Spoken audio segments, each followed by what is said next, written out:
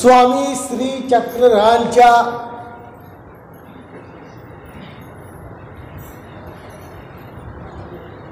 संबंधाने पवित्र झालेले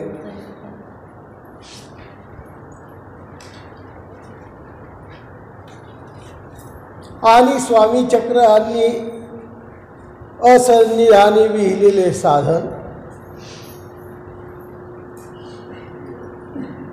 यांना वंदन करण्यासाठी घातलेला विधी आणि त्या विधीच्या माध्यमातून जीवाला होणारे फायदे असा हा विधी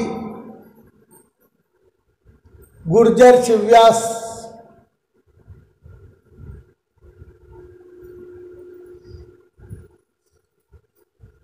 यांनी आपल्या गुरुप्रसन्नतेच्या माध्यमातून परमेश्वराच्या कृपेच्या माध्यमातून आपल्या विद्वत्तेच्या आधारे स्वामींच्या तत्वज्ञानाला भंग न होऊ देता केलेलं वर्णन आपण सविस्तारपूर्वक श्रवण करत आहेत।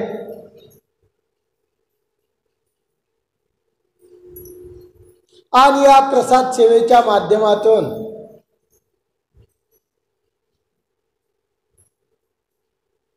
अनुसरल्याची प्रसाद सेवा सांगितली, वासनिकाची प्रसाद सेवा आपण श्रवण करतो आहे।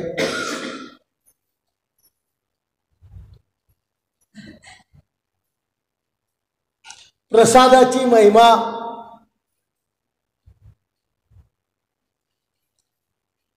आपण श्रवण करत असताना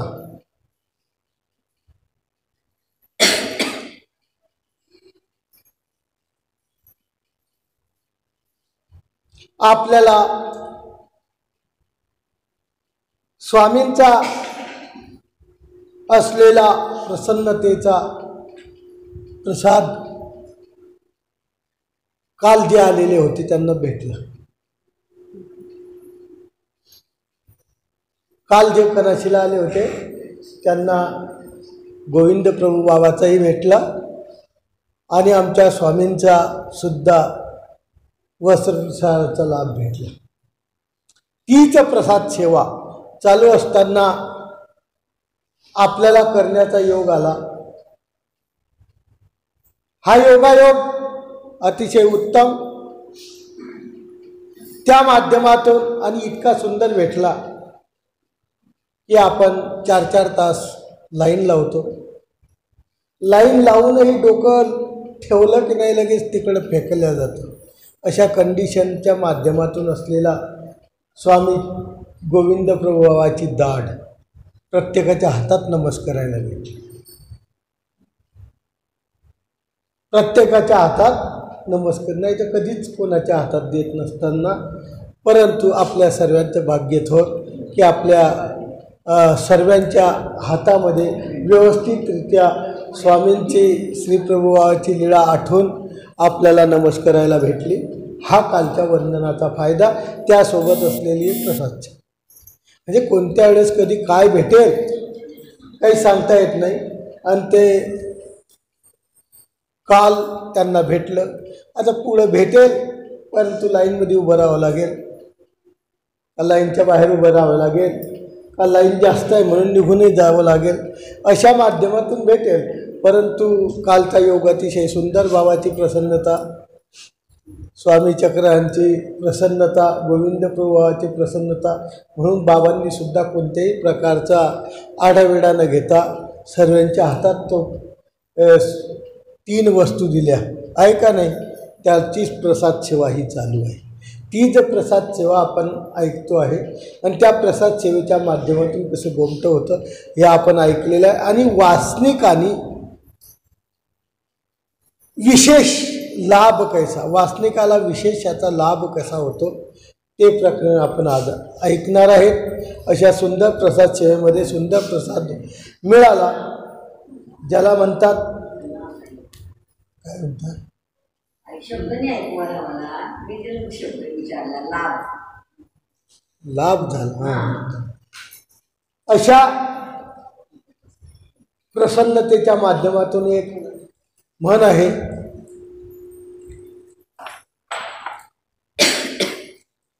की परमेश्वर देता है छप्पर फाडके देता है. अशा माध्यमातून सुंदर असा लाभ चौ साधनाचा झाला, स्थान, प्रसाद, भिक्षुक आणि वासनिक. चारही साधनाचा लाभ आपल्याला तिथं भेटला. तीच वासनिकाची प्रसाद सेवा, त्याचा विशेष सांगतात. प्रसादाची सेवा ऐशी वासनिका घडत असे. त्या प्रसादाची सेवा समोर बसलेल्या वासनिकाला घडत असते. काजे हा झाडा खेव देता आरा इलाच नाही. विदेशी झड वारा अरण्यवास निरालंबनता. ते तयाची सेवा ते संबंध मात्र. अवपूर्ण चतुर्विध दुःख हेच होते. ते म्हणतात वासनिकाची सेवा घडते, परंतु विदेशी असलेला म्हणजे एकांकी असलेला जो अटन विजन भिक्षा भोजन करणारा असा साधू आहे, तो विदेशी झड वारा, झड पावसाची, वारा वाहणारा वायू, अरण्यवास निरालंबता. तिथं जो राहतो ना वास भिक्षुक, तेथ त्याची सेवा ते संबंध मात्र. तिथं त्याची सेवा फक्त संबंध मात्र घडते. त्याला संबंध अवपूर्ण घडते, फक्त त्याला चतुर्विध दुःख हेच त्या ठिकाणी उचित राहतं. त्याला प्रसाद सेवा घडत नाही. प्रसाद सेवा घडत नाही म्हणजे जशी घडावी तशी घडत नाही, कारण त्याच्याजवळ जो विशेष आहे तो नमस्कार करणार, त्याचीच घडणार, बाकी याच्या व्यतिरिक्त दुसरं काही घडणार नाही.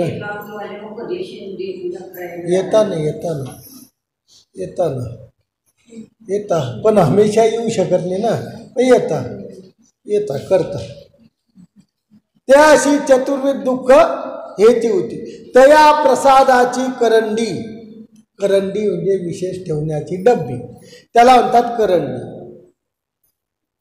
ते दूर ठेवली म्हणजे ते आहे ते दूरच आहे, पण वासनिका ज्ञानिया बोधवंता घरी असता निरंतर अनुचित घडते. परंतु ते सांगतात की त्याच्याजवळ डब्बी आहे, ते दूर आहे, तो वंदन करतो.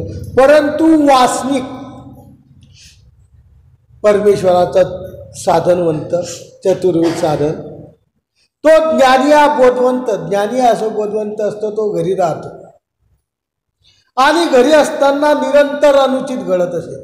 सकाळी उठल्यापासून संध्याकाळपर्यंत त्याच्याकडून उचित घडेल असं घडत नाही. अनुचित घडत असे म्हणजे वाईट क्रिया घडत असे. अनुचित असं कशाला म्हणतात? वाईट क्रियेला म्हणतात. या अर्थे तया विशेष व्हावे. याच्याकरता वासनिकाला प्रसाद सेवा अवश्य व्हायला पाहिजे. विशेष प्रकारची जे अनुसरले आहेत त्यांच्यापेक्षा विशेष प्रकारची वासनिकाला प्रसाद सेवा व्हावी, कारण तो घरी उठल्यापासून दररोज निरंतर अनुचित म्हणजे वाईट अशा प्रकारचे कर्म करतो आणि त्या कर्माच्या माध्यमातून त्याला भोगावा लागतो. या अर्थी त्याला विशेष व्हावे आणि चेतनी भजनी व्हावे. आणि त्याला त्या प्रसाद सेवा करत असताना वासनिकाला चेतन पात्राच्या ठिकाणी भजन घडायलाच पाहिजे. चेतन पात्राच्या ठिकाणी भजन व्हावे म्हणजे भोजन. कापा जे प्रसाद सेवे सर्वज्ञ म्हणितले. कारण प्रसाद सेवेमध्ये स्वामी चक्रांनी आमच्या सांगितलेलं आहे, आधी एक पुष्प येत वाहिजे. आधी एक पुष्प आहे ते त्या प्रसादावर काय करायचं? व्हायचं. तर पुष्पाचा संभव तो तयाशीची. पुष्प हे अनुसरल्याजवळ राहू शकत नाही. ज्यांनी संन्यास घेतलाय त्याच्याजवळ पुष्प सापडणार नाही, पण वासनिकाकडे पुष्प सापडू शकतात. त्याच्याजवळ झाड असेल तो तोडून आणून वाहू शकेल. अनुसरला तोडू बी शकत नाही आणि दिसलं तरी तोडून वाहावं अशी त्याला नाही, नियमच नाही. परंतु वासनिकाला म्हणतात तो पुष्पाचा संभवतो तयाची. पुष्प एक वाहिजे हे वासनिकालाच गळतं. जसं तसं कोणाला गळतं हे वासनिकालाच गळतं. कारण त्याला कुठंच सांगितलं नाही. तो तर दररोज कितीतरी हिंसा करतो. त्याच्यात एखादं फूल तोडून देवाला वाहिलं तर चांगली गोष्ट आहे. याच्या व्यतिरिक्त तर कितीतरी झाडं, कितीतरी गवत, कितीतरी निंदणी, खुरपणी, वाखरणी आहे का नाही, अनेक प्रकारचे पापं करत असतो. परंतु त्या माध्यमातून त्याला हा एक फायदा आहे की तो पुष्प तोडून त्या प्रसादाला वाहू शकतो. म्हणून ते म्हणतात की पुष्पाच्या संभवी त्याशी त्याला संभव आहे. आणि चेतन भजन तोही संभव त्याशी. चेतनाच्या ठिकाणी भजन घडणे हे सुद्धा वासनिकाला संभव आहे. कारण तो व्यापार करतो, शेती करतो, नोकरी करतो, त्याला काय येतो, पैसा येतो. आणि पैशाशिवाय दुसरं काही काम चालत नाही. म्हणून ते म्हणतात की चेतन भजन तेही संभव त्याशी. कापा येरा पडिल्या धुळी न लागावी. साधनवंताला सांगितलं आहे की तुम्हा पडल्या धुळी न लागावी. पदार्थाची धुळीसुद्धा तुम्हाला लागली नाही पाहिजे असं अनुसरलेला विधी लिहिलेला आहे, म्हणितलेले आहे. तेच पुष्प आणि जे तिथं तो फुल कुठून आणणार. आणि भावी जे हेही दूर ठेव. आणि आणून वाहणार कुठे हे तर दूर.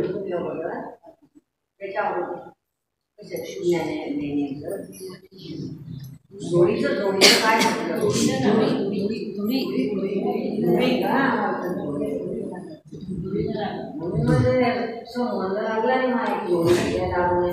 ऐकू येत नाही का तुम्हाला? मग त्याच्याकरता नाही, त्याच्याशिवाय ऐकू बी येत नाही ना कधी कधी. म्हणून तर म्हटलं तुम्हा पडिल्या धुळी न लागा. ते तर पुष्प आणि जे भावी जे हे दूर ठेवले. तयाशी द्रव्याची शते मिळती सांगितले की गुर्जर शिव्यासान त्याच्यावर शंका घेतली. तुम्ही म्हणतात की त्याला तर उभा टाकलाची सिद्धी पुरे किंवा त्याला द्रव्याची शते मिळते. जो येथीचा अनुसरला आहे त्याला उठला एखादं परनिष्ठ कार्य करायचं आहे तर त्याला काय करतात, द्रव्याची शते मिळते. म्हणजे ढिगारचे ढिगार मिळतात की म्हणे ना, सांगितलेलं आहे मिळतात, पण म्हणे ना ते एक देशी जे काही निमित्तक. एका दिवशी हमेशा थोडं उठलं की त्याला द्रव्याची शते मिळते. एखाद्या वेळेस आयुष्यात 2-3 वेळा एखाद्या वेळेस परनिष्ठ क्रिया करायचा योग आला तर त्याला ते शते मिळतील. सुसरचा विधी प्राप्त झाला आणि त्या पेशंटला पैसा लागतोय तेव्हा तो उभा राहिला तर त्याला शते मिळतील. त्यावेळी लोक मागता सांगितलं तेव्हा त्याला ते शते मिळतील. तेव्हा तरी निरंतर सांगितलं नाही. निरंतर त्याला द्रव्याची शते मिळतील हे सांगितलेलं नाही. आणि निरंतर मागावे अशी ईश्वर आज्ञाही नाही. उठलं की मागायलाच जायचं अशी ईश्वराची आज्ञा कुठेही लिहिलेली नाही की उठलं की चालले मागायला. अशा प्रकारची आज्ञा देवानी कोणालाही कुठेही सांगितलेली नाही. म्हणून वासनिक हे जसा तसा विधी वासनिकाशीच घडत. पुष्प एक वाहिजे हे जसा तसा विधी आहे. हा कोणाला घडतो, जसा तसा वासनिकालाच घडतो. एरा विदेशू, एर जो अनुसरला आहे त्याला विदेशी म्हणजे परप्रांतात राहतो, त्याला तिथं घडत नाही, त्याला घडतच नाही. म्हणून वासनिकाही प्रसाद सेवा करा. जशी तशी प्रसाद सेवा कोणी करायची, वासनिकाने. शास्त्र ऐकावे, प्रसाद सेवाच करायची का, शास्त्र सुद्धा ऐकावे. कोणी, तुम्ही म्हणता बुवा लोकायलाच पोथ्याशी घेणं देणं आहे, पण गुर्जर सिंनी काही लिहिलेलं नाही आहे. गुर्जर सिंह व्यासाने लिहिलेलं आहे शास्त्र ऐकावे. कोणी, तुम्ही कोण आहे,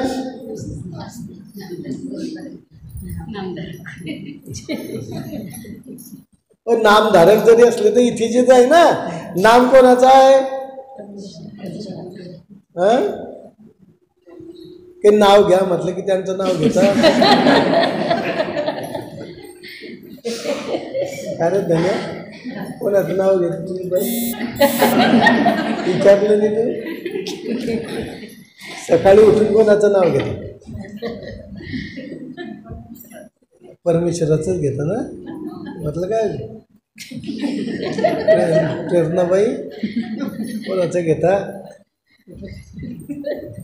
म्हणून ते म्हणतात की शास्त्र ऐकावे कोणी वासनिकाने, स्मरण करावे कोणी वासनिकाला विधी विला. अनुसरल्याला हे सांगायचं कामच नाही. शास्त्र ऐकावे, स्मरण करावे. त्यांनी देवाला काय केलेलं आहे?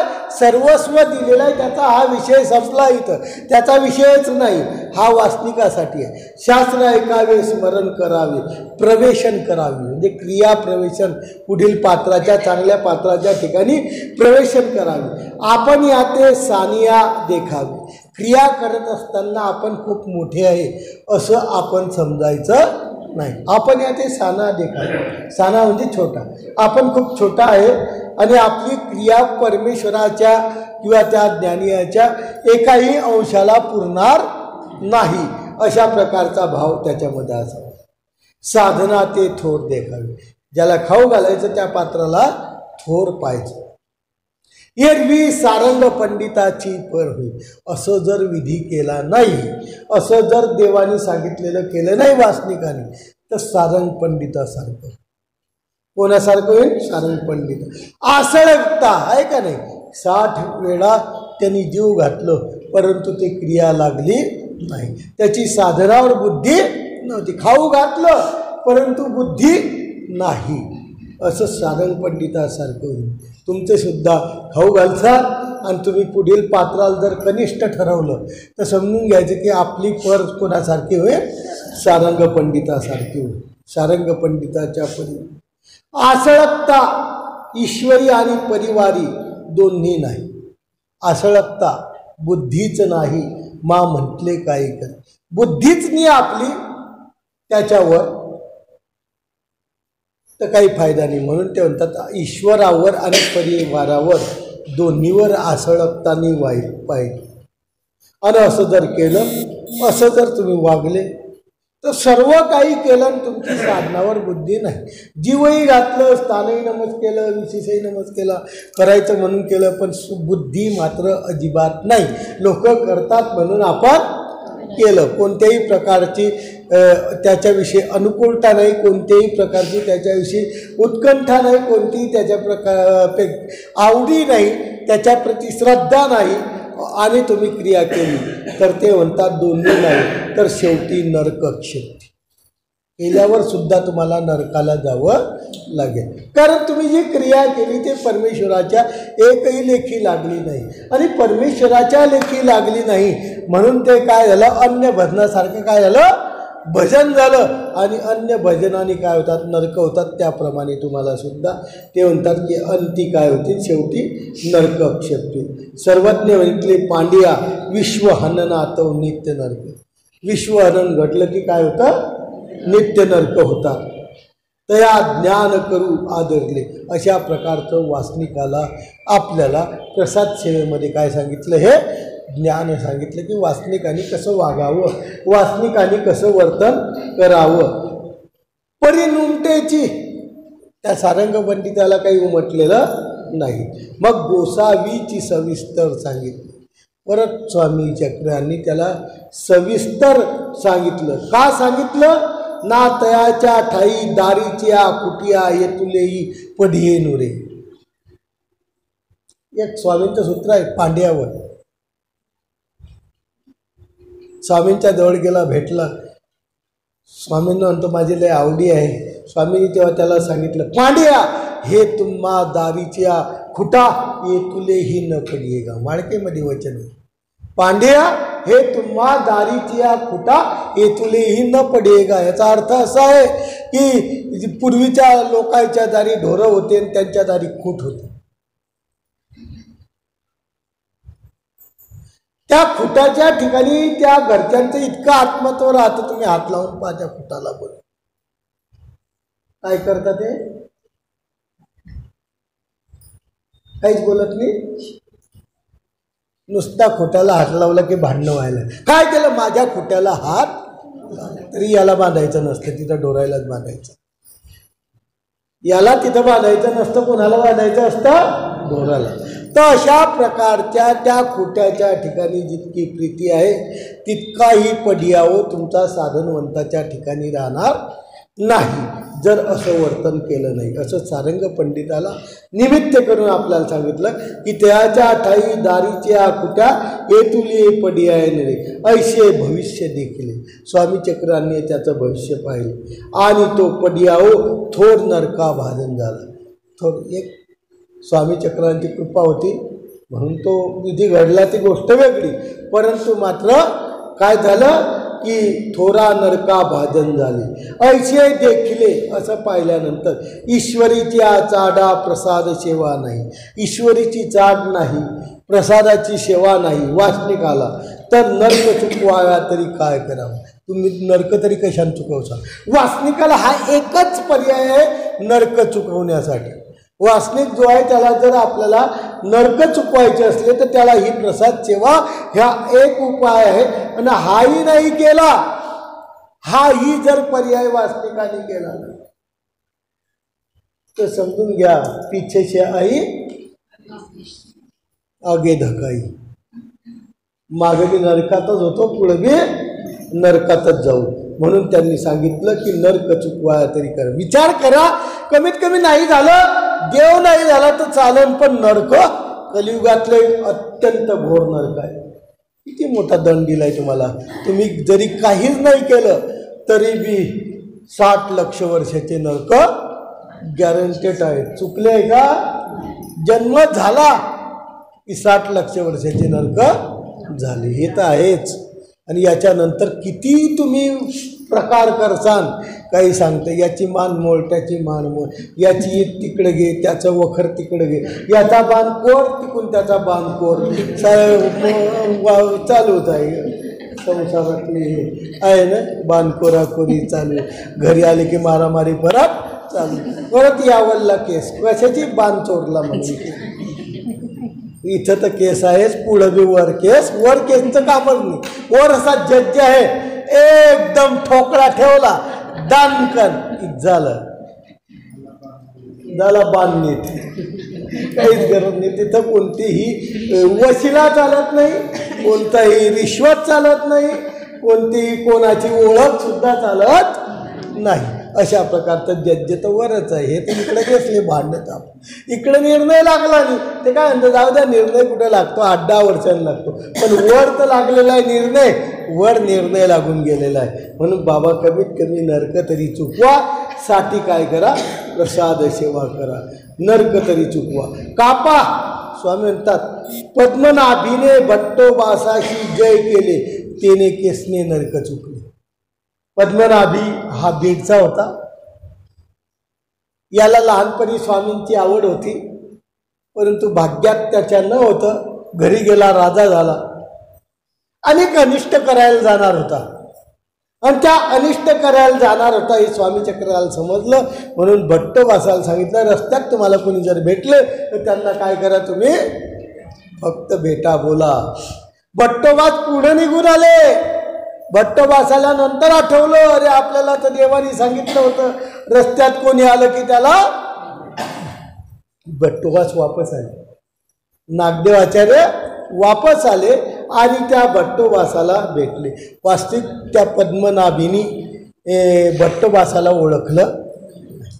ते म्हणे तुम्ही मला ओळखत नाही, पण गोसाव्याच्या ठाई एक वानरा नावाचा आहे, तो मीच आहे. ओळख सांगितली, त्याला खूप आनंद झाला, खाली उतरला, त्यांना कडकडून भेटला आणि तो म्हणे मला जर इकडे जायचं आहे, इकडचं काय आपण सोबतच जाऊ. ते म्हणे नाही, मला फक्त स्वामींनी तुम्हाला भेटायला सांगितलेलं आहे. एवढ्या भेटी साधनवंताच्या भेटीने पा फक्त पद्मनाभीची आणि भट्टोबासाची भेट झाली. त्यांनी जय केला, नमस्कार केला, दंडवत केला. त्याच्या माध्यमातून केसने नरक चुकले. किती मोठं अनिष्ट चुकलं. हा वासनिकाचा विधी आहे. आपण सुद्धा साधनवंताला काय करायला पाहिजे? ते दररोजच मळ, दररोजच दिसतं. मग दररोज मळ मेल्यावर कोणी रळतं का? कधी नाते मेलं की मग एकदाच रळतात, जोर जोरात. पण दररोजच साधू दिसला की मग, आणि बुवा तर दररोजच दिसत आहे का नाही? आणि मग दररोज दंडोत करायचा काय? कुठे झंझट करायची? समोरून गेलं तरी असे जात. ही वासनिकाची प्रसाद सेवा आहे, आमची नाही. आपल्या गावातली परिस्थिती सांगतोय मी, बाहेरची नाही. सांगली गावातली परिस्थिती हे सांगतो. आणि मग सकाळी तर दंडोत केलता, मग स्टँडर्ड भेटले तर काय बिघडलं? किती वेळा करायचा? एखाद्या वेळेस बाईनी जर म्हटलं का ते सांग बरं किती वेळा करू, कागदावर लिहून देत जाय. तो त्या बाईचा ऐकतो. बाईने 4 वेळा सांगितलं 4 वेळा कर, 5व्या वेळा भेटलं तर काही करणार नाही. अशा माध्यमातून वासनी, मला कुठं माहीत आहे हे गुर्जर शिव्यासाला माहीत आहे, ते सांगतोय मी. मला काय येतं काय होतं ना, बरोबर आहे ना?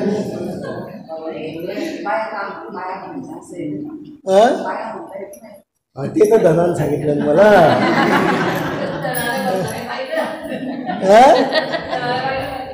मग त्यांनी सांगितलं तसं तुम्हाला सांगतोय ते. आपल्याला काय कळतं, आपण कुठं माहिती काय करतात.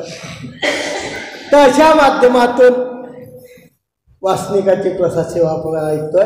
खरोखर जेवढे वासनिक आहे गावातले त्यांच्यासाठी हा विधी आहे. त्यांनी ऐकावं. ही पोथी आतापर्यंत झालेल्या पोथ्यामध्ये सर्वात चांगली पोथी. आपण कसं वर्तन करावं सर्वात महत्त्वाची पोथी आहे. आपण कसं वागावं. आतापर्यंत तत्त्वज्ञान ऐकलं ते डोक्याच्या वर गेलं, परंतु रेग्युलर जीवनामध्ये कसं वर्तन करावं ती प्रसाद सेवा. म्हणून ते म्हणतात की पद्मनाभीचं अनिष्ट चुकलं म्हणून परमार्गाची स्थानाची भिक्षुकाची थोडी नेणी जाणायलाच पाहिजे. परमार्गाची म्हणजे मार्गाची, स्थानाची, भिक्षुकाची, वासनिकांनी हे थोडी जाणायला पाहिजेच पाहिजे. सगुण प्रमादियाची, जो प्रमादी आहे सगुण चांगला त्याची जाणायची. देखो वेखियाची नेणी जे जाणायला. एखादा क्रिया करतो आहे ज्ञानयुक्त, पण एखादा अज्ञान आहे त्याचं पाहून करतो आहे, त्याची सुद्धा थोडीच आहे. आज नाही तर उद्या ती कशी तरी कामाला येईल. हा देवपूजा करतोय याचं पाहून तोही काय करतोय, देवपूजा करतोय. म्हणून ते म्हणतात की अशा प्रकारची देखो वेखी त्याची चोरी. मग तिन्ही त्याग, ज्यांनी 3 त्याग केलेले आहे त्याची थोडी जाणायची नाही का, जाणायलाच पाहिजे. आणि मग त्याच्यानंतर अनुसरला आहे, भक्त आहे, ईश्वर आहे, यांची थोडी तर काही सांगायला नकोच पाहिजे. हे काही म्हणावेसे कापा सर्वज्ञ म्हणितले. स्वामी म्हणतात अचिंत्य अनंत शक्ती परमेश्वर. परमेश्वर आहे का के अचिंत्य अनंत शक्ती परमेश्वर. आणि चैतन्यापर परमेश्वर. परमेश्वर कुठं आहे? चैतन्याच्या पलीकडे. चैतन्यापर परमेश्वर. त्यांत केतली देव. तो कुठं, आपण कुठं, परमेश्वराचं आपलं अंतर किती आहे हे आपण हे करायला पाहिजे. ऐशे जाणी जे त्याची पात्रता. पुढील भिक्षुकाची पात्रता काय आहे ते आपल्याला जाणून घ्यायला पाहिजे. म्हणून वासनिकाशी प्रसाद सेवा विहिली अशी. म्हणून तर सांगतात की ही प्रसाद सेवा वासनिकासाठी आहे. गुर्जर शिवव्यासाने वासनिकाला दिलेला हा प्रसाद सेवेचा विधी आहे की प्रसाद सेवेमध्ये त्यांनी एवढे विधी करायलाच पाहिजे. अत्यंत श्रद्धातेने करायला पाहिजे. अत्यंत कोणी असला की त्याच्यावर कमीत कमी आपले नरक चुकवावे यासाठी तरी करायलाच पाहिजे. याच्यात दुसऱ्याचा कोणाचा फायदा नाही. फायदा कोणाचा आहे? आपला फायदा आहे. म्हणून सगुण प्रमादिया म्हणजे प्रमाद झाल्यानंतर प्रायश्चित घेऊन अधिकृतीचा आचार करतो, म्हणजे तो झाला सगुण प्रमादिया. सगुण म्हणजे गुणवान. गुणवान म्हणजे चुकलं होतं, परत गाडी रेल्वे लाईनवर आणली, पटरीवर गाडी चढवली. जर परमेश्वर त्याला आता प्राप्ती देणार नाही, परंतु त्याला अधिकृती समान फळाधिके हे सर्व काय होते देतील, त्याला म्हणतात सगुण प्रमादी. आलं लक्षात? अशा प्रकारचा जो प्रमादी आहे तो सुद्धा त्याची सुद्धा काय आहे, चोरी आहे. त्याला चुकलेल्या गोष्टीचा पश्चाताप होऊन परत तो परमेश्वर भक्तीवर लागलेला आहे असा तो.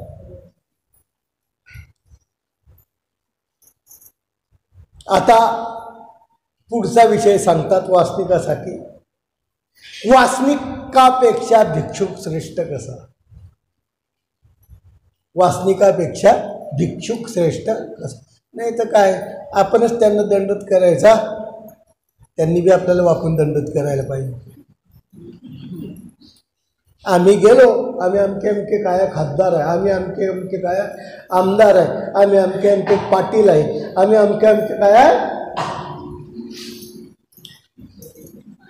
महाजन आहे. अरे वा पा बरं महाजन तर सोडूनच दिले रे. आम्ही अमके अमके काय चक्रपाणी अवताराच्या चरित्रात सर्व कोण होते? आपल्या गावात कोण आहे? चौधरी आहे. मग या चौधरी लोकांना वासनिक, हे चौधरी जे वासनिक आहे यांना भिक्षुकांनी वाकून कसा करायला पाहिजे? दंडोत करायला पाहिजे. असंच ना?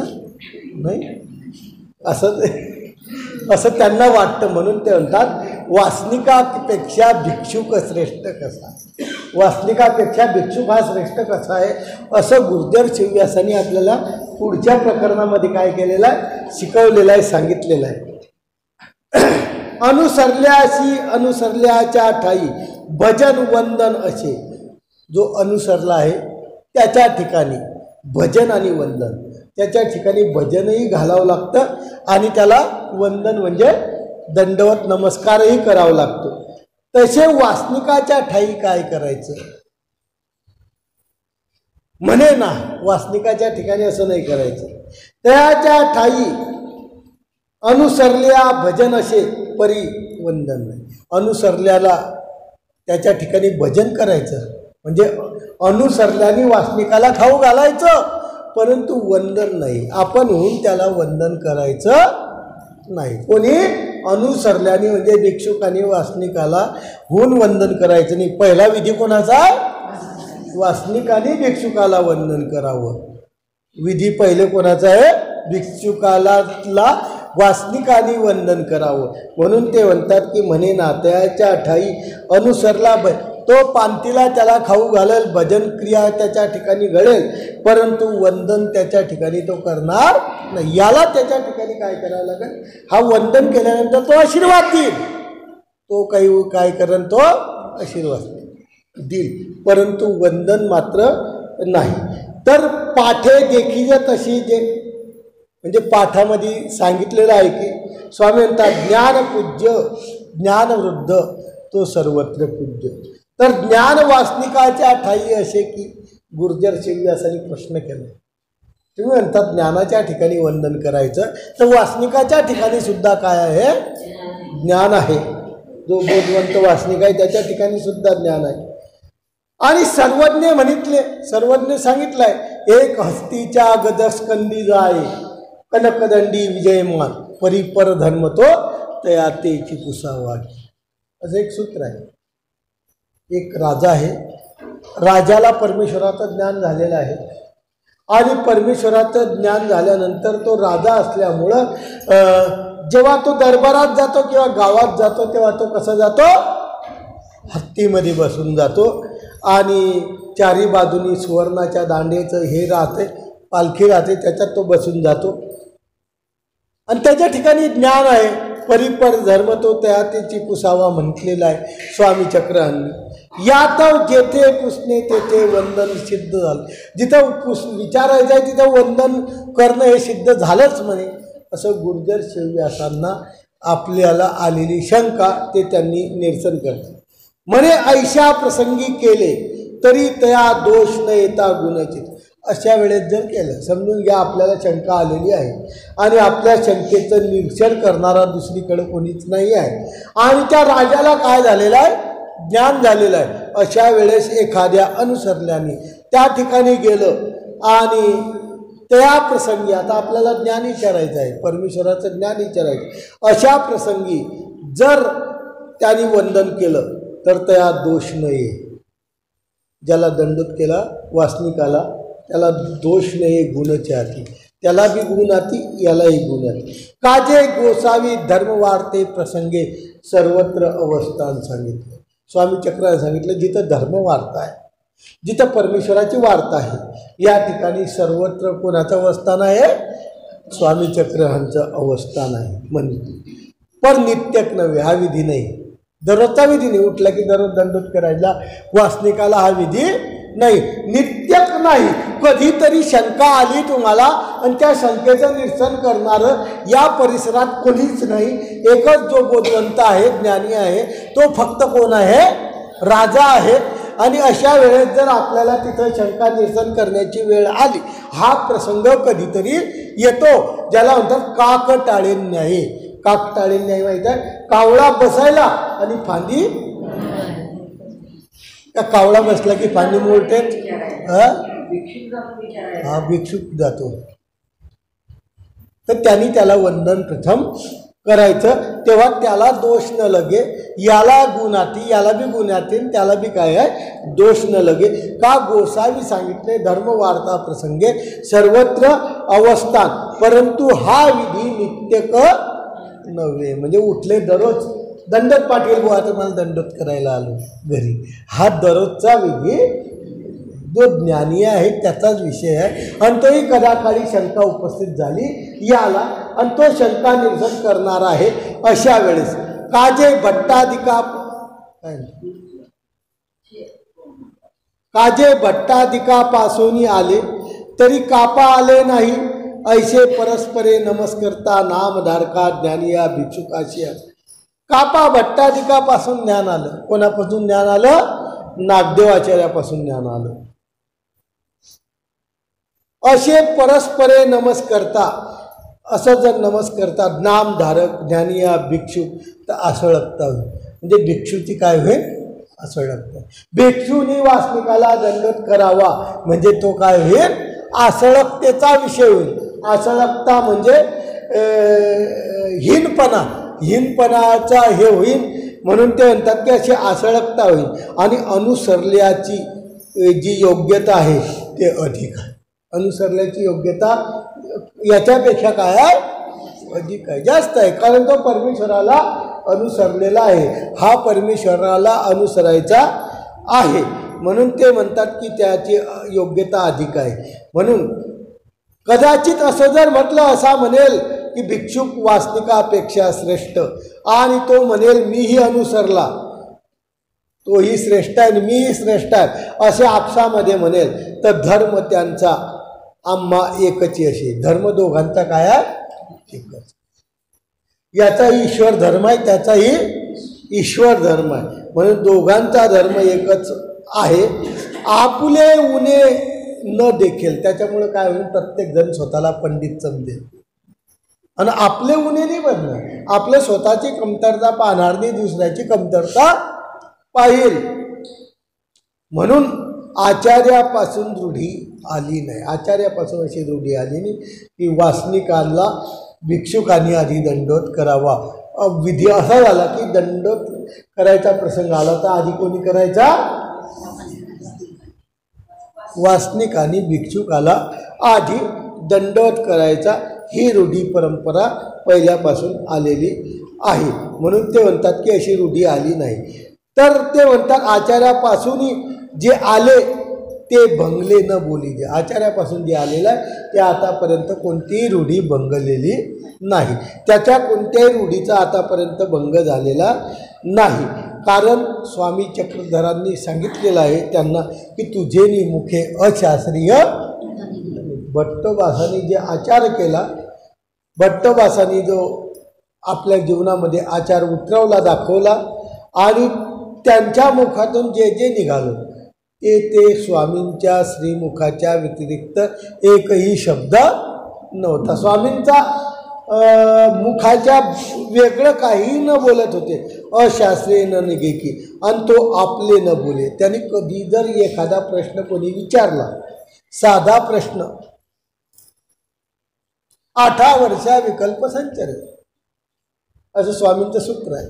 मग पुढच्या नागदेवाचार्यांच्या शिष्याने विचारलं की 7 वर्षे संपताच 8व्या वर्षी होतो का 8वं वर्ष पूर्ण झाल्यावर विकल्पाचा संचार होतो? एवढा प्रश्न नागदेवाचार्यांना विचारला. म्हणजे आला नाही असं काही समजू नका, पण त्यांनी सरळ सांगितलं हे मला माहीत नाही. 7व्या वर्षी संपल्यावर 8व्या वर्षी होतो का 8वं वर्ष संपल्यावर विकल्पाचं, हे मी आमच्या गोसाव्याशी पुसो विसरलो, पण त्याच्यावर घडावणी मात्र काही केली नाही. अशा प्रकारचे नागदेवाचार्य. असा एक नाही, 7 संदेह मानवा पंथात त्यांचे प्रसिद्ध आलेले आहे. 7ही संध्यावर त्यांनी व्याख्यान केलेलं नाही. म्हणून ते म्हणतात की अशा प्रकारचे नागदेव आपले न बोले, ईश्वरीचे अंतर जाणूनी जीवाशी अनिष्टापासोनी काढून इष्टी लावी. ईश्वरीचं अंतर जाणून, ईश्वरीचा मनोधर्म जाणून जीवाला काय करायचे नागदेवाचार्य? अनिष्टापासून काढून इष्टी लावली. म्हणजे वाईट घटनेपासून जे लोक आहेत त्यांना वाईट व्यसनापासून दूर करून इष्टी लावली, म्हणजे परमेश्वराच्या मार्गाला लावले. म्हणून प्रमाणयुक्त बोले. म्हणून ते नागदेवाचार्य जे बोलत होते ते सर्व कशा बोलत होते? प्रमाणयुक्त. आणि मानवा पंथात तेच चालत आलेलं आहे की सर्व कसं आहे? स्वामींच्या प्रमाणयुक्त बोले. भजनी जैसा अनुसरला प्राप्त तैसाची वासनिक ज्ञानिया. परंतु याचा वेगळा बोल केला, दंडोताचा बोल वेगळा केला. दंडोताचा विषय आता संपला. दंडोताचा विषय काय सांगितला? की आधी कोणी दंडोत करायचा? वासनिकाने. कोणाला? अशा प्रकारचा दंडोताचा विषय संपला. परंतु ते म्हणतात आता भजनाचा जर विषय आला, भजनी जैसा अनुसरला तैसाची वासनिक ज्ञानी. भजनाच्या ठिकाणी वासनिक असो का अनुसरला असो सारखाच आहे. कसं आहे? सारखाच आहे. का म्हणून? कापा जे आंबे भोजयाच्या प्रसंगी गोसावी उपाध्य जाऊ येती तो आंबे आरोगण केले नाही. आंब्याचा प्रसंग आहे आणि आंब्याच्या प्रसंगाच्या वेळेस उपाध्य रुद्धपूरला गेलेले आहेत आणि उपाध्य रुद्धपूरला गेल्यानंतर रुद्धपूरून जोपर्यंत वापस येत नाही तोपर्यंत हे गुर्जर शिव म्हणतात की स्वामींनी सुद्धा आंबे आरोगण केले नाही. जोपर्यंत ते येत नाही तोपर्यंत देवानी सुद्धा आंबा खाल्ला नाही. म्हणजे जो येते तो आपण आंबे आरोगण केले नाही. जोपर्यंत ते आले नाही तोपर्यंत आमच्या स्वामींनी सुद्धा आंबा आरोगण केला नाही. आणि भक्तिजनाही नाही. स्वामीने तर केलाच नाही, स्वामींच्या जवळ जे भक्त होते त्यांनी सुद्धा. कोणत्या गावाला आले ते वापस? बाकीच्याला विचारतो.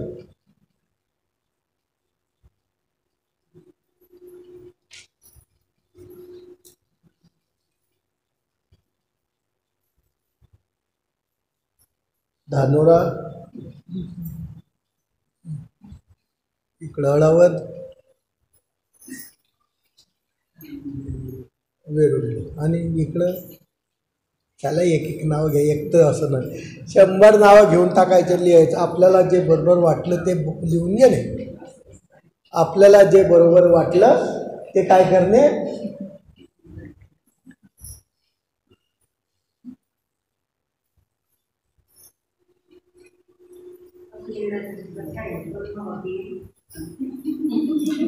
सर्वच जर लीळा चरित्रात दिलं तर मग 5000 ग्रंथाची काय आवश्यकता आहे? बाकीचे ग्रंथ ऐकले तर आणि केडे म्हणून जातात. हा एकच आहे. अशा ही प्रसाद सेवा एकच आहे. प्रत्येक हो तेच सांगतो तुम्हाला. आणि दुसऱ्या प्रसाद सेवेत आणि दुसरं असेल हे सांगतो मी. चरित्रात जे आहे त्याच्यापेक्षाही यांनी विद्वानांनी काही वेगळं मांडलेलं आहे. चरित्र मूळ पाया आहे, पण चरित्र जे सर्वस्व आहे असं काही समजायचं नाही. ते बाकीचे ग्रंथ निघाले. अशा प्रसाद सेवा लयच अधिकरणाच्या यातली एक आपल्याला भेटली. अशा बऱ्याच अधिकरणाच्या आणि बऱ्याच अधिकरणाच्या प्रसाद सेवेमध्ये अनेक काहीतरी नवीन तम मधुरम तथाने ऐकायला भेटतं.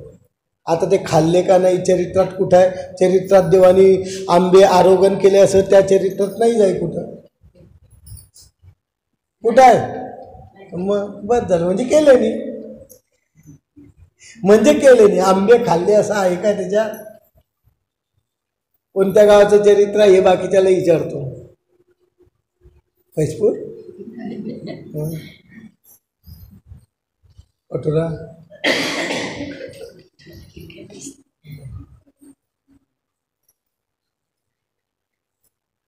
आहे का? पण आहे चरित्र आहे.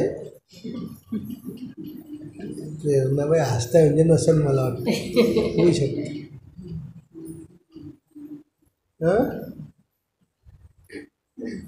इकडं माणसं मनोबा चरित्रज्ञ आहे.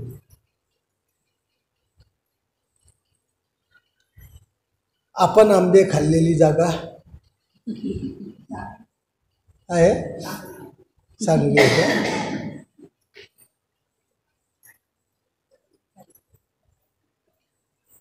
आंबे गोड असतं की आंबट?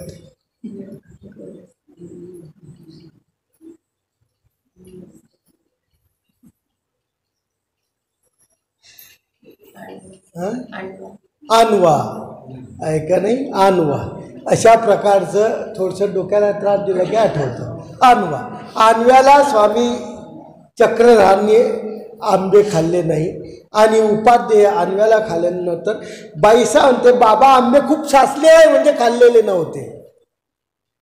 आहे ना चरित्रात उल्लेख आहे, आंबे खूप साचले म्हणजे आंबे खाल्लेले नव्हते.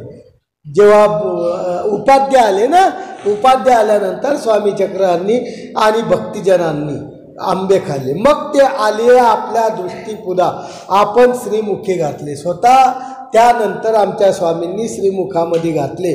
तेव्हा गोसावी म्हणतात बाई अवघ्या सरसे वाढा, आम्हाला जितके वाढले तितके सर्वांना वाढा. म्हणजे कशासाठी सांगतात हे की भजनाविषयी असं काही नाही. जसं वंदनाविषयी आहे तसं भजनाविषयी नाही. असंच हे सांगितलं. दुसरं चरित्र याला प्रमाण देतात. कुमारे खाजे देववने, कालच भडगाव केला आपण. कुमारी खाजे देववने, लहान बालिका आली, बाईसाहेब थोडं कमी आणलं, अनेक आणा खाजे आणा, याची खाजे वाढवू द्या. म्हणजे खाण्याबाबत स्वामींनी कधी असा हे केलेला नाही. म्हणून ते म्हणतात की कुमारी खाजे दिववणे, महात्म्यासहित दिवाळी करा. जालन्याला दिवाळी करा, दिवाळीचे पदार्थ महात्म्यासहित करा, म्हणजे खाण्याच्याबद्दल सर्वांना सारखं. त्याच्यामध्ये भेद अनुसरल्यासाठी वेगळं आणि वासनिकासाठी वेगळं हा विधी देवाने केलेला नाही. म्हणून ते म्हणतात महात्म्यासहित दिवाळी. तथा महात्मे एक दर्शनी एक अनुसरले एक भक्त. महात्मे कोण आहे? एक दर्शनी आहे, एक अनुसरले आहे, एक भक्त आहे. पर भजन काळी अवघे महात्मेची, पण जेवताना सर्व काय आहे? महात्मे. सर्वांच्या ठिकाणी जेवण सारखंच खाऊ घाला अशा प्रकारचा त्यांनी. पण वासनिक असेल तर नाही तर तुम्हाला वाटलं बरं झालं आता उद्यापासून आम्ही काय करू, पंक्तीत देऊ मोठमोठी गाव पंगत. वासनिकासाठी विषय आहे हा. वासनिकाला जे अन्न तेच भिक्षुकाला अन्न सारखं द्यायचं हा त्याच्यामध्ये विषय आहे. वंदनाचा विषय फक्त वासनिकांनी आधी भिक्षुकाला करायचा, पण खाण्यामध्ये मात्र यांनी चांगलं खायचं आणि त्यांनी एकाच पंक्तीला बसले आहेत, यांना चांगले पदार्थ आहेत त्यांना चांगले असं करायचं नाही. म्हणून ते म्हणतात की भक्तिजनासहित दिवाळी करा, महात्मे दर्शने भक्त भजन काळे अवघे मात, म्हणून तर न निवडीत भजन करावे. भजन करताना वासनिक भिक्षुक जे असेल त्या माध्यमातून भजन करावे. एवं भिक्षुक वासनिक नामधारक भजनाविषयी अन्नदानाविषयी भजनाविषयी अन्नदानाविषयी सारखे. त्यांच्या ठिकाणी ज्ञान आहे, यांच्या ठिकाणी ज्ञान आहे, म्हणून सारखे. अन्नाविषयी भेद करू नये. जेव्हा पंक्तीमध्ये असं भेद करायचं नाही. बुवा लोकाला चांगलं आणि बाकीच्या लोकाला जे सर्वाला कसं करायचं सारखंच करायचं. हा विधी गुर्जर चिव्यासाने याच्यात सांगितला.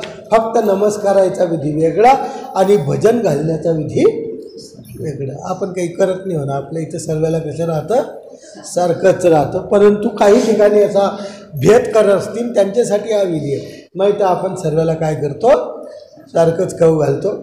अशा माध्यमातून हा वासनिकाचा आणि भिक्षुकाचा अंतदानाविषयीचा जो विषय आहे तो यांनी सांगितला की त्याच्यात कधी भेद करायचा नाही. फक्त वासनिक दंडत करायची पाळी आली तर आधी कोणी करायचा? वासनिकाने भिक्षुकाला दंडोत करायचा हा विधी महत्त्वाचा सांगितला. जय विधी हा महत्त्वाचा आहे, वंदन विधी हा महत्त्वाचा आहे. बाकी जेव्हा भजन आलं तर भजन दोन्हीला काय करायचं सारखंच. हा प्रसाद सेवेमधला अत्यंत महत्त्वाचा विषय या ठिकाणी आपण घेतलेला आहे.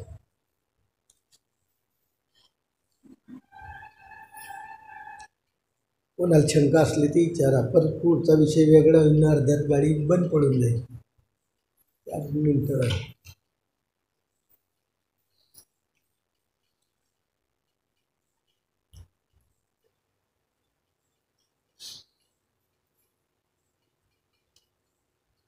काही शंका आहे? माईक देऊ का? तुम्ही माईक द्या, शंका विचारता. पण शंका तर कोणी विचारत नाही, माईक तर काय कामच पडत नाही. तर गोपाल माईक दे त्यांचे.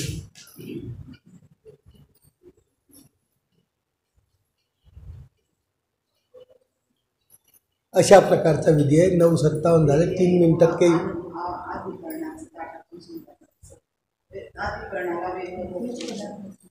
अधिकरणाचा विषय नाही हा भिक्षुक आणि वासनिक हा विषय आहे. भिक्षुक आणि वासनिकाचा जो अन्नाचा विषय आहे तो पंक्तीचा विषय आहे, तो अधिकरणाचा विषय नाही हा. अधिकरण तर अधिकरण म्हणा, निमित्त म्हणा, त्यांना तर आगळं जे आहे ना त्याचा विषयच नाही. हा भिक्षुकही पंक्तीत आहे, वासनिकही पंक्तीत आहे. आलं लक्षात? भिक्षुक एका लाईनला बसल्या, एका लाईनला वासनिक बसलेले आणि पंगत आहे. पंगत आल्याने नाही फक्त भिक्षुकालाच वाढा, हे वासनिकाला वाढू नका, असा जो प्रकार आहे हा प्रकार गुर्जर शिव्यासा म्हणता भजनाविषयी हा भेद नाही. भिक्षुकाचा आणि वासनिकाचा खाण्याविषयी हा भेद ठेवायचा नाही. अधिकरणाचा विषयच नाही याच्यात. अधिकरण वेगळाच, ज्ञानपूज्य अधिकरण काही सर्वच नसतात. अधिकरण फक्त एकच राहतो. मग हा भिक्षुक आणि वासनिकाचा विषय. काही लोक म्हणतात ना हे फक्त भिक्षुकालाच आहे, हे वासनिकाला नाही द्यायचं खाण्याचे पदार्थ. बहुतेक ठिकाणी तुम्ही ऐकलं सर, हे फक्त साधू लोकाला वाढा, हे ग्रस्त लोकाला वाढू नका. त्यांच्या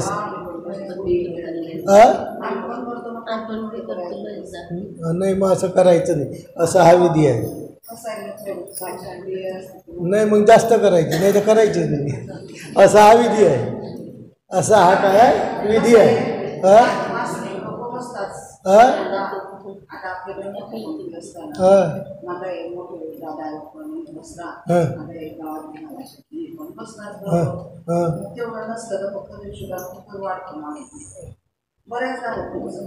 नाही तसं करायचं नाही, असा विधी आहे. काय म्हणता? मग सर्वाला पुरायचं असंच वाढायचं. नाही तसं नाही, हा लाईनचा प्रश्नच नाही आहे. हा जेव्हा अन्नदानाचा विषय आला आणि जर भिक्षुक आणि वासनिक पांतीला आहे, भिक्षुक आणि वासनिक दोन जर पांतीला आहेत असा खाण्याचा भेद करायचा नाही, असं गुर्जर शिव्यासाचं मत सिद्धांत आहे. मतपेक्षा सिद्धांत आहे. वंदना विषय वेगळा विधी आहे, बाकी भजनाविषयी सर्व एकत्र करायचं.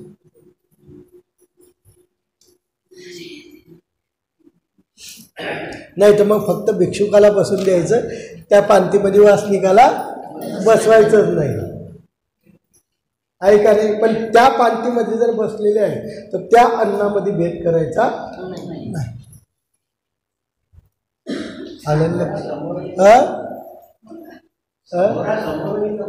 कशा समोर म्हणजे लाईनच नको, पूर्ण समोर असो का तिकडे भिक्षुकाची लाईन आहे इकडे वासनिकाची लाईन म्हणजे अंतर आहे तरी बी नको, तरीही नको. एक तर त्यांची उरकून घ्यानंतर तुम्ही हे करा, पण दोन्ही एका लाईनला आहे ते ती अंतर किती असो एवढ्या याच्यात तेवढ्या याच्यात पदार्थ सर्वाला कसा पाहिजे सारखा पाहिजे. वासनिक आणि भिक्षुक. आता ते वंचकत्व होईल तर पुढचा प्रश्न आहे, अनिष्टही लागेल. हे प्रसाद सेवेला वंचकत्वापेक्षा अनिष्टाचा विषय आहे, नरकाचा विषय हे त्याच्यासाठी सांगता येईल. वंचकत्व होईल तो तर प्रश्न बाजूलाच गेला.